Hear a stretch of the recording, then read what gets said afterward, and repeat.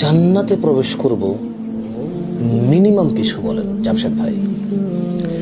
তাহলে জাবের রাদিয়াল্লাহু আনহু থেকে একটা হাদিস বর্ণিত আসছে সহিহ মুসলিমে। এক ব্যক্তি আল্লাহ নবী সাল্লাল্লাহু আলাইহি ওয়াসাল্লামকে এসে জিজ্ঞেস করলো, আরাআইতা ইযা সাল্লাইতু সালাওয়াতিল মাকতুবাত,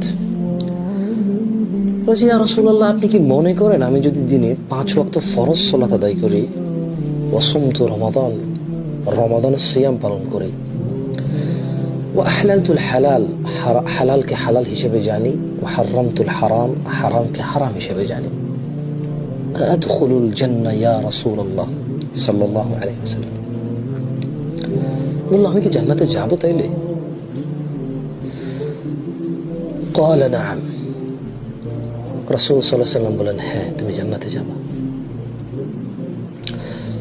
ওই লোক আল্লাহ নবী সাল্লাল্লাহু আলাইহি ওয়াসাল্লামকে বলল, আল্লাহি, আল্লাহর কসম, লা আযীদু আলা যালিকা শাইআ, আমি এর বেশি কিচ্ছু করব না।